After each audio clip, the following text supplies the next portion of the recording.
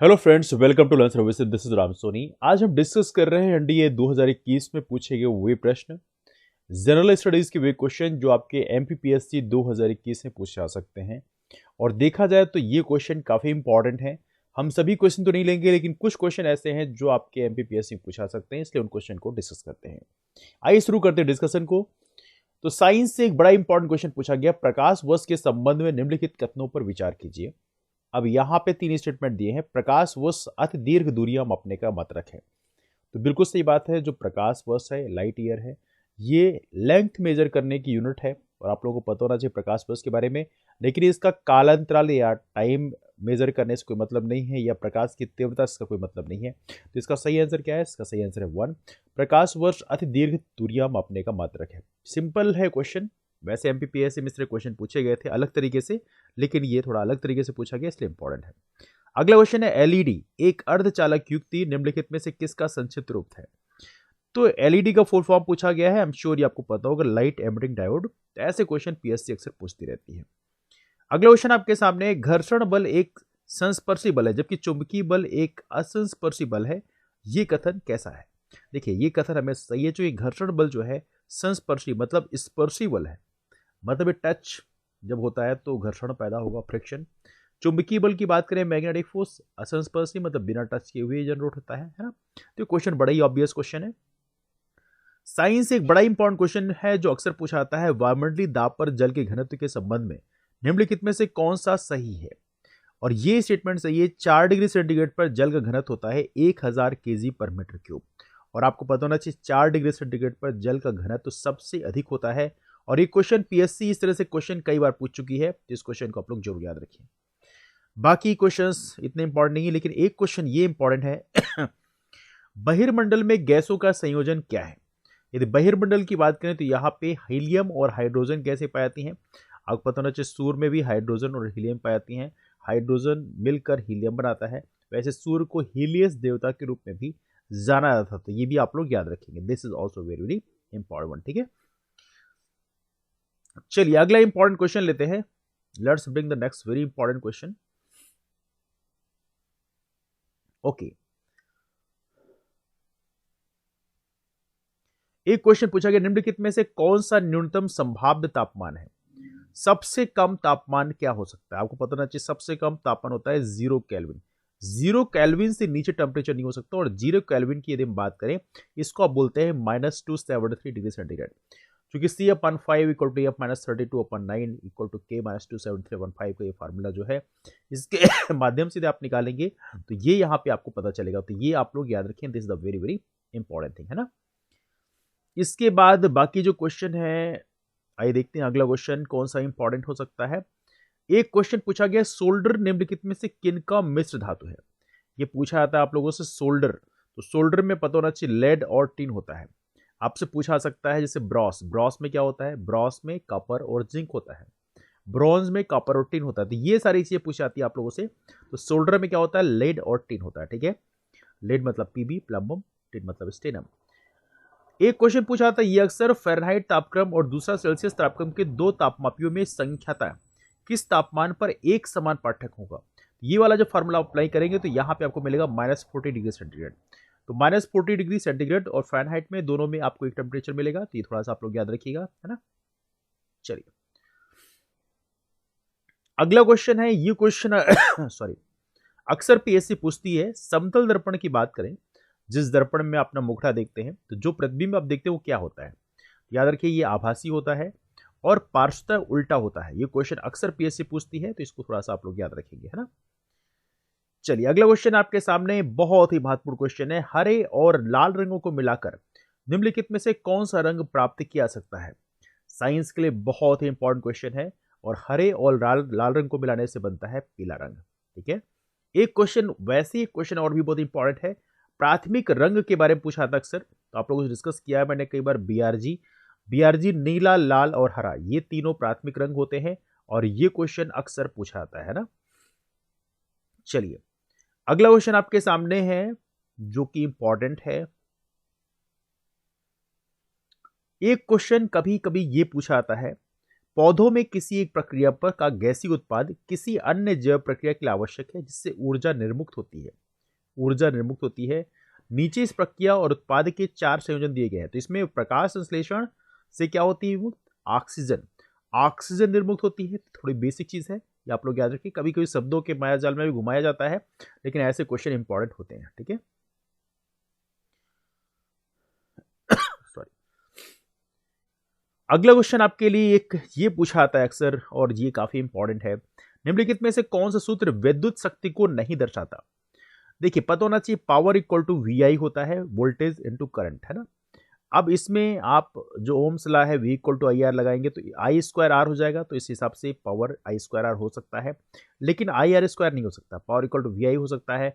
आई की जगह यदि आप V अपान आर लिखेंगे तो वी स्क्वायर अपान आर हो जाएगा, लेकिन आई आर स्क्वायर नहीं होता। तो ये क्वेश्चन भी अक्सर पूछा आता है। ओम्स लॉ का जो यूज है ये कई बार पूछ लिया आता है इसमें, तो ये आप लोग याद रखेंगे, है ना। अगला है आपके सामने एक क्वेश्चन, ये काफी इंपॉर्टेंट है। प्रकाश किरणों के लिए निम्नलिखित में से कौन सा कथन सही नहीं है? तो प्रकाश भिन्न भिन्न माध्यम में भिन्न भिन्न चाल से गमन करता है, बिल्कुल सही है। प्रकाश वायु में लगभग 300 मिलियन मीटर, मतलब 3 × 10⁸ मीटर पर सेकंड की स्पीड से गमन करता है, ये आप जानते हैं। प्रकाश जैसे ही जल की सतह को त्याग करता है और वायु प्रवेश करता है तो उसकी चाल धीमी हो जाती है। बिल देखिए, ये उल्टा लिखा हुआ है, बल्कि उसकी चाल बढ़ जाती है। तो थोड़ा सा उल्टा लिखा है, तो थोड़ा सा आप लोग याद रखेंगे। बाकी प्रकाश जैसे ही कांच की सतह को त्याग करता है और वायु प्रवेश करता है तो उसकी चाल बढ़ जाती है। तो बिल्कुल सही है ना। चलिए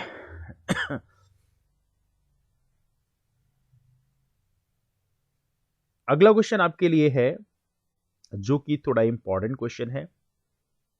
ये क्वेश्चन अक्सर पूछा जाता है, निम्नलिखित में से कौन सा अम्ल टमाटर में प्रमुख रूप से पाया जाता है? तो आप याद रखेंगे टमाटर में ऑक्सैलिक एसिड पाया जाता है। और ये क्वेश्चन पीएससी अक्सर पूछती है, तो इस क्वेश्चन को थोड़ा सा आप लोग याद रखेंगे, है ना। चलिए, बाकी बहुत सारे क्वेश्चन हैं। जैसे एक पूछा गया, निम्नलिखित में से कौन सा पदार्थ कार्बन का अपर रूप नहीं है? और एक क्वेश्चन बहुत ही फेवरेट क्वेश्चन है। तो हीरा, ग्रेफीन, फुलरीन, ये सारे के सारे कार्बन के अपर रूप हैं। फ्लाई ऐश का कोई मतलब नहीं कार्बन से। तो कार्बन के अपर रूप में हीरा, ग्रेफीन और फुलरीन ये सारे आते हैं। इसको आप लोग याद रखेंगे। एक और है, बुझा चूना CaOH का होल्ड प्राइस बनाने के लिए बिना बुझे चूने CaO की जल के साथ अभिक्रिया किसका उदाहरण है? याद रखिए, ऊष्मा क्षेपी अभिक्रिया। ऊष्मा क्षेपी अभिक्रिया का मतलब यह है कि यहां से ऊष्मा उत्पन्न होती है। तो ये थोड़ा सा आप लोग याद रखें। जल कहते हैं ना, जब चूने को बुझा दिया जाए तो उसमें काफी हीट जनरेट होती है। तो थोड़ा सा आप लोग याद रखेंगे, है ना। अगला यहाँ पे क्वेश्चन और भी है, निम्नलिखित में से कौन सा जैव मात्रा ऊर्जा स्रोत नहीं है?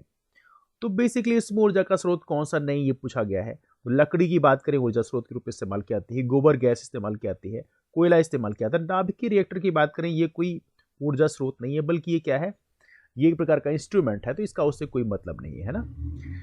चलिए, अगला क्वेश्चन आपके लिए है, बड़ा ही फेमस क्वेश्चन है। तारों का टिमटिमाना किस कारण से होता है? देखिए, तारों का टिमटिमाना जो है बड़ा ही फेमस है, तारों के प्रकाश के वायुमंडलीय अपवर्तन के कारण। ये क्वेश्चन अक्सर पीएससी पूछती है, इसको आप लोग याद रखें। तारों के प्रकाश के वायुमंडलीय अपवर्तन के कारण तारों का टिमटिमाने का प्रोसेस होता है। इसको आप लोग याद रखेंगे। इसमें क्वेश्चन, इनमें से कौन सी ध्वनि तरंग की आवृत्ति, फ्रीक्वेंसी की बात की जा रही, इकाई यूनिट नहीं हो सकती है? तो देखिए, पर सेकंड और हर्ट्ज दोनों एक ही होता है, पर मिनट लगभग वही होता है। तो ये डेसिबल जो है ये तो अलग चीज है ना। ये तो बेसिकली आप डेसिबल तो अलग चीज हो गई। ध्वनि की फ्रीक्वेंसी मेजर करने का यूनिट नहीं हो सकता है ना। तो ये थोड़ा सा आप लोग याद रखेंगे, इंटेंसिटी मेजर होती है। अगला क्वेश्चन है इसमें, और ये भी काफी इंपॉर्टेंट है। बीज के अंकुरण के दौरान भ्रूण का जो भाग जड़ के रूप में वर्धित होता है वह है, उसे बोलते हैं मूलांकुर। ये भी थोड़ा सा आप लोग याद रखें, कई बार ऐसे क्वेश्चन भी पीएससी पूछ लेती है ना। चलिए अगला क्वेश्चन है, और ये क्वेश्चन भी काफी इंपॉर्टेंट है। शाकाहारियों के लिए विटामिन और खनिजों का एक क्वेश्चन ये पूछा है, इंपॉर्टेंट है। यदि मानव रक्त को 2% अपमार्जक घोल में रखा जाए तो लाल रुधिर कणिकाओं को क्या होगा? याद रखिएगा, आरबीसी का लयन हो जाएगा। तो थोड़ा सा आप लोग याद रखिएगा। अगला है, शाकाहारियों के लिए विटामिन और खनिजों का प्रमुख स्रोत कौन सा है? तो विटामिन और खनिज दोनों की बात की जा रही है। तो इसमें देखा है तो काला चना और गेहूं नहीं हो सकता। सब्जी और फल की बात करें तो यहाँ पे विटामिन और खनिज दोनों मिल जाते हैं। ये थोड़ा सा आप लोग याद रखें। तो ऐसे क्वेश्चन कई बार बेसिक क्वेश्चन पूछ ले आते हैं एग्जाम में। एक क्वेश्चन पूछा गया निम्नलिखित में से कौन सा हड़प्पा स्थल सीप की वस्तुएं बनाने के लिए विशिष्ट केंद्र था। हिस्ट्री का बड़ा इंपॉर्टेंट क्वेश्चन है, आई एम श्योर आपको याद रखने में दिक्कत होगी। ये है बालाकोट, याद रखिएगा, this is a very important place. अगला क्वेश्चन पूछा गया है और हिस्ट्री का बड़ा इंपॉर्टेंट है, निम्नलिखित में से कौन सा सम्राट अशोक के धम्म का भाग नहीं है। याद रखिएगा, अपने धर्म में से भिन्न धर्मों के प्रति सहिष्णुता, ब्राह्मणों का सम्मान, ये प्रॉपर धम्म में लिखा हुआ है, अपनी प्रजा के कल्याण को बढ़ावा देना।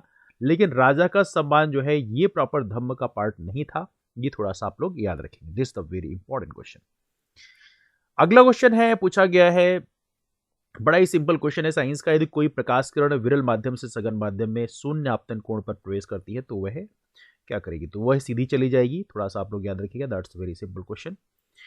अगला क्वेश्चन आपके सामने, मरीचिका निम्नलिखित में से किसका दृष्टांत है। आपको याद होगा मृग मरीचिका, तो गर्मी के मौसम में जब रोड में चलते हैं तो आपको मरीचिका नजर आता है, मतलब सामने पानी नजर आता है ना। तो ये है प्रकाश के अपवर्तन और पूर्ण आंतरिक परावर्तन दोनों के कारण ये दृष्टांत आपको नजर आता है, ये आप लोग याद रखेंगे, that's one of the very important question.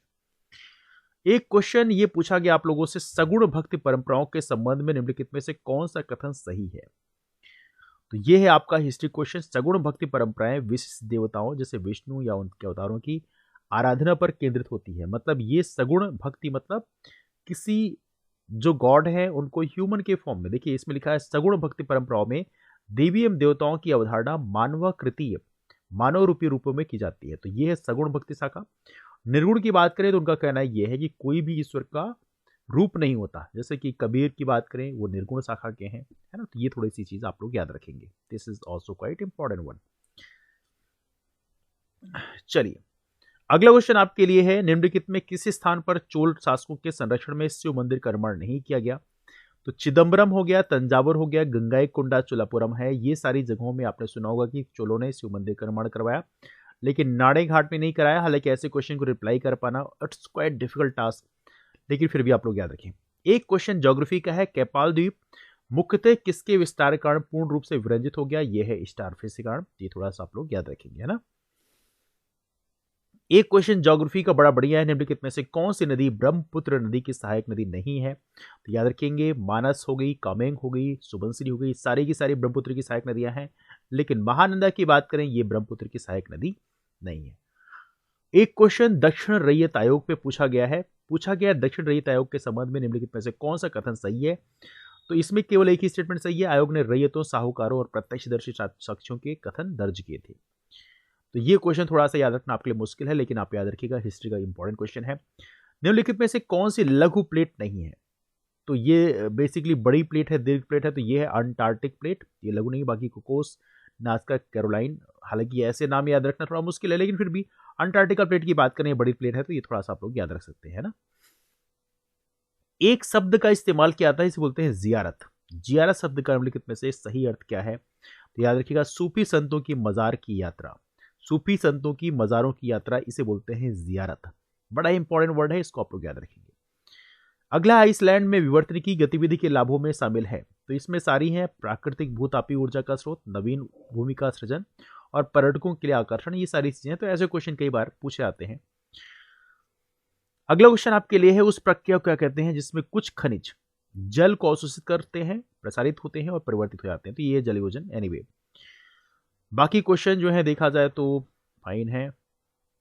एक क्वेश्चन ये पूछा जाता है आप लोगों से, कौन सा दीर्घतम अक्षांश है। तो दीर्घतम कौन सा हो सकता है, ऑब्वियस बात है 0 डिग्री अक्षांश हो जाएगा, है ना। चलिए एक क्वेश्चन ऐसे पूछा जाते हैं कई बार, भारत में दोपहर 12 बजे का समय है, तो उसी दिन वो यामोत्तर में सुबह के 7 बजे होंगे, तो 7.5 डिग्री पूरी देशांतर। तो लॉन्गिट्यूड लैटिट्यूड का जो कैलकुलेशन है वो थोड़े से आपको आना चाहिए, कई बार इस तरह से क्वेश्चन भी एग्जाम में पूछा जाते हैं, है ना। एक क्वेश्चन बड़ा ही इंपॉर्टेंट है, आइन अकबरी के संबंध में, आइन अकबरी आपने सुना होगा, इसके संबंध में कौन सा कथन सही नहीं है। तो देखिए, तो इसके रचयिता अबुल फजल हैं, बिल्कुल सही है। यह एक बृहत कृति अकबरनामा का एक भाग है, बिल्कुल सही है। इसमें उल्लेख किया गया कि मुगल साम्राज्य में विविध जन समुदाय थे और सामसिक संस्कृति थी, बिल्कुल सही बात है। लेकिन ये स्टेटमेंट गलत है, बाद में शाहजहां के आदेश पर सादुल्ला खान द्वारा इसमें संशोधन किया गया, तो ऐसा कोई संशोधन किया नहीं गया है, ये स्टेटमेंट गलत है। एक क्वेश्चन ये पूछा था अक्सर आप लोगों से एग्जाम में, निम्नलिखित में से किसे मीराबाई के गुरु माना जाता है। तो रैदास को मीराबाई गुरु माना जाता है, याद रखिएगा, ये क्वेश्चन पूछा सकता है।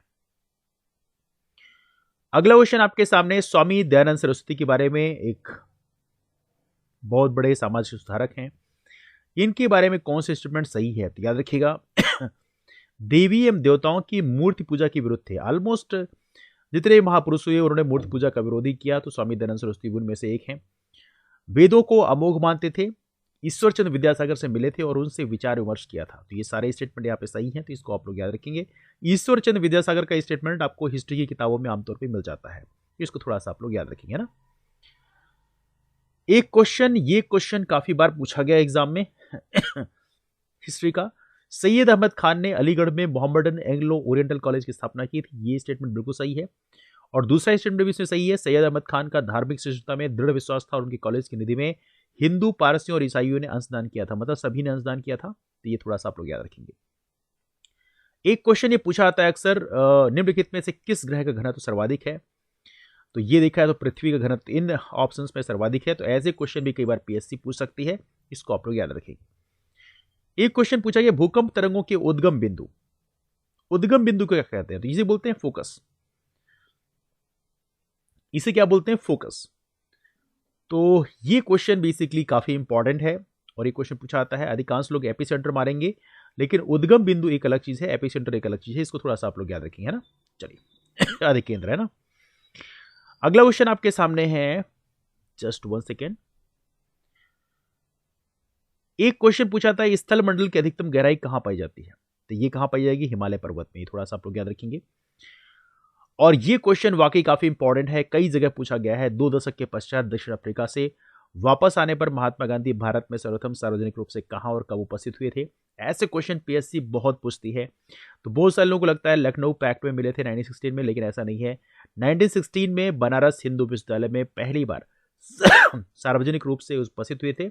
उसके बाद लखनऊ पैक्ट में आपको याद होगा राजकुमार शुक्ल ने उन्हें इनवाइट किया था चंपारण में, जो किसानों की समस्याओं को सुनने के लिए, चूंकि वहां पे 3 कथिया प्रणाली प्रचलित थी, उसके विरोध में। तो यहाँ पे आप लोग याद रखेंगे पहली बार 1916 में बनारस हिंदू विश्वविद्यालय पहुंचे। तो ये थोड़ा सा आप लोग याद रखेंगे ना। एक क्वेश्चन पूछा आता है आप लोगों से कि भारतीय राष्ट्रीय कांग्रेस ने पूर्ण स्वराज की मांग कब और कहां रखी? बहुत ही सिंपल क्वेश्चन है, लाहौर में 1929 में रखी। ये क्वेश्चन अक्सर पूछा आता है एग्जाम में, याद रखिएगा।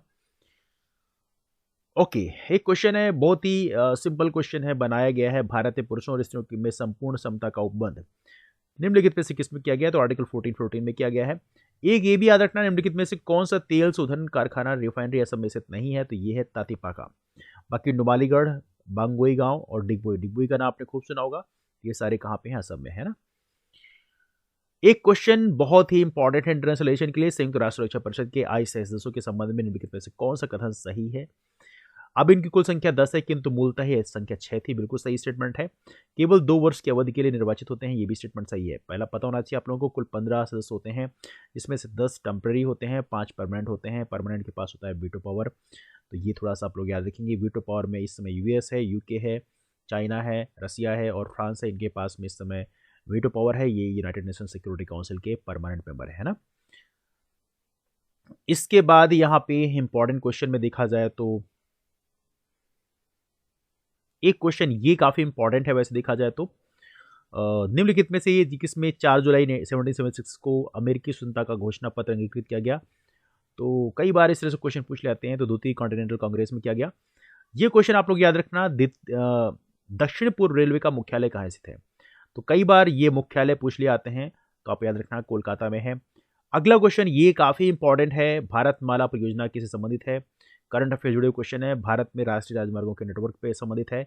याद रखना भारतमाला परियोजना। ये क्वेश्चन हालांकि वर्ल्ड हिस्ट्री अब इतना सिलेबस में आपके है नहीं, तो लेट्स लीव दैट थिंग। अगला क्वेश्चन आपके सामने जो इंपॉर्टेंट आपके लिए हो सकता है, यह है प्राकृतिक वनस्पति जो भारत के अधिकतम भौगोलिक क्षेत्रों पर आच्छादित है, वह क्या है? यह उष्णकटिबंधीय पर्णपाती वन, है ना। That is called tropical deciduous forest, जो कि भारत में मैक्सिमम है। इसको आप लोग याद रखेंगे। भारत के संविधान के अनुच्छेद 51A भाग 4A में निम्नलिखित में से क्या शामिल है? बिल्कुल सी बात है, मूल कर्तव्य है। और आपको इसके बारे में पता होना चाहिए, जो स्वर्ण सिंह कमेटी उसके रिकमेंडेशन पे जो 42nd अमेंडमेंट एक्ट के द्वारा इसको लाया गया था 1976 में, तो इसको आप लोग याद रखेंगे, है ना। ब्यास नदी पूछा गया है जो हिमाचल और पंजाब से होकर बहती है, किस नदी से मिलती है? कौन सी नदी की ट्राइब्यूटरी है? तो ये आप याद रखें, सतलज में मिलती है। और इस क्वेश्चन को कई बार डिस्कस किया हमने क्लास में कि ब्यास जो है सतलज से मिलती है। एक जगह है जहाँ पे, जिसका नाम है हरिके जलाशय भी यहाँ पे है, और यहीं से इंदिरा गांधी नहर का उद्गम भी होता है, जो कि राजस्थान की, जिसे लाइफ लाइन बोलते हैं। तो ये क्वेश्चन आप लोग याद रखेंगे, है ना। अगला क्वेश्चन आपके सामने, ये क्वेश्चन काफी इंपॉर्टेंट है। भारत के संविधान के संबंध में निम्नलिखित में से कौन सा कथन सही नहीं है? तो समाजवादी और पंथ निरपेक्ष शब्द प्रारंभ में संविधान के अंश नहीं थे, बिल्कुल सही बात है, इसको बाद में ऐड किया गया था। उद्देशिका में भारत के संविधान के उद्देश्यों का उल्लेख है, बिल्कुल सही है। उद्देशिका न्यायालय में प्रवर्तनीय है, तो इसका कोई मतलब यहाँ पे नहीं है। गणराज्य का संबंध जनता से और जो संविधान के अधीन सभी प्राधिकार का स्रोत है, बिल्कुल सही है। तो यहाँ पे इसका सही आंसर क्या है? सी, है ना। तो ये थोड़ा सा आप लोग याद रखना। एक क्वेश्चन पूछा जाता है, युद्धाभ्यास डेजर्ट नाइट 21 भारतीय वायुसेना और निम्नलिखित में से किस देश की वायुसेना के बीच द्विपक्षीय युद्धाभ्यास है? तो ये भारत और फ्रांस के बीच में होता है। युद्धाभ्यास कौन सा है? डेजर्ट नाइट 21, इसको आप लोग याद रखना। एक क्वेश्चन पूछा गया है आप लोगों से, लोकसभा अध्यक्ष की शक्ति नहीं है। अब यहाँ पे क्वेश्चन बड़ा स्ट्रेट फॉरवर्ड है। अध्यक्ष लोकसभा की अध्यक्षता करेगा। अध्यक्ष सदन में प्रथमतः मत देगा, बिल्कुल सही गलत है। चूंकि अध्यक्ष जो है तब वोट करता है जब टाई होता है। टाई मतलब दोनों तरफ बराबर हो जाए, तो उस कंडीशन में लोकसभा अध्यक्ष वोट करता है। और एक ऐसी कंडीशन वाइस प्रेसिडेंट की होती है, जो वो राज्यसभा की अध्यक्षता करते हैं। अगला है, अध्यक्ष को लोकसभा में व्यवस्था बनाए रखने की शक्ति होगी, बिल्कुल सही बात है। अध्यक्ष तब तक सदन की स्थगित कर सकता है या अधिवेशन को निलंबित कर सकता है जब तक गणपूर्ति नहीं हो जाती, बिल्कुल सही बात है। इसे बोलते हैं कोरम। कोरम कितना होता है? 10% होता है, ये भी आपको पता होना चाहिए, है ना। गणतंत्र दिवस परेड 2021 में निम्नलिखित में से किस राज्य संघ राज्य क्षेत्र की झांकी का सर्वश्रेष्ठ झांकी के रूप में चयन किया गया? तो यह है उत्तर प्रदेश। करंट अफेयर का काफी इंपॉर्टेंट क्वेश्चन है, इसको आप लोग जरूर याद रखना, है ना। अगला क्वेश्चन है, इसमें नाम पूछा गया, फॉस्टिन आर्केंज टुडेरा 2020 में निर्वाचित हुए हैं किस देश के राष्ट्रपति के रूप में? तो याद रखना, मध्य अफ्रीकी गणराज्य। तो अभी हाल ही में जिनका इलेक्शन हुआ है उनके बारे में क्वेश्चन पूछा जा सकता है एग्जाम में, थोड़ी सी आप इसको याद रखना। किस देश में हाल ही में आपातकाल की घोषणा की गई? तो ये म्यांमार है, आप लोग जानते हैं, आंग सान सू की यहीं से संबंधित है। अगला आपके सामने है, सैयद मुश्ताक अली ट्रॉफी 2021 की विजेता हैं, ये है तमिलनाडु। तो ऐसे क्वेश्चन गेम्स में पूछे आते हैं बीपीएससी में भी, तो ये थोड़ा सा आप लोग याद रखिएगा। एक क्वेश्चन है, लीजन ऑफ मेरिट पुरस्कार संबंध में निम्नलिखित में कौन सा कथन सही नहीं है? तो लीजन ऑफ मेरिट की बात करें, ये पुरस्कार संयुक्त राज्य अमेरिका के राष्ट्रपति द्वारा प्रदान किया जाता है, बिल्कुल सही बात है, लीजन ऑफ मेरिट। यह पुरस्कार दिसंबर 2020 में भारत के प्रधानमंत्री नरेंद्र मोदी को दिया गया, बिल्कुल सही है। यह पुरस्कार ऑस्ट्रेलिया के प्रधानमंत्री स्कॉट मॉरिसन को भी दिया गया, सही है। यह संयुक्त राज्य अमेरिका का सर्वोच्च नागरिक पुरस्कार है, ऐसा नहीं है, बेसिकली लीजन ऑफ मेरिट सर्वोच्च पुरस्कार नहीं है, तो थोड़ा सा इसमें गलत है ना।